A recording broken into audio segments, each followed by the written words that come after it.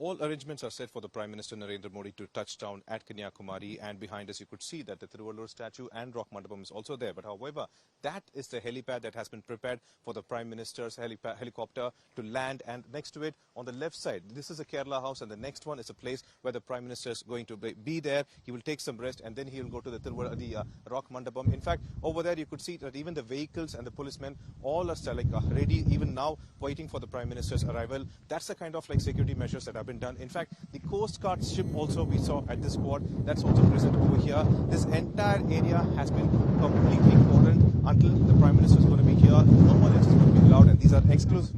And these are exclusive visuals that you're seeing over here of the helipad, and the policemen all are placed, high-rise buildings everywhere. You have policemen that have been placed to make sure that everything comes is under their control. In fact, the SPG and all the special forces you could see over there waiting for him with the convoy and such. And over there, that is the magnificent Thiruvallur statue and the Rock Mandapam that is also present. In such manner, the security detail has been placed over here, keeping everything under control and everything in Kanyakumari. This entire area, the tip of Kanyakumari, is under the protection of the security forces. Behind Thiruvallur statue, you could also see the ICG Coast Guard ships. 2 Coast Guard ships are over there as well. This is how the protection details have been given for the Prime Minister until the Prime Minister is going to be here. This is how the security will be done. With Vidya Zibian, Pramod Madhav for India Today, reporting from Kanyakumari.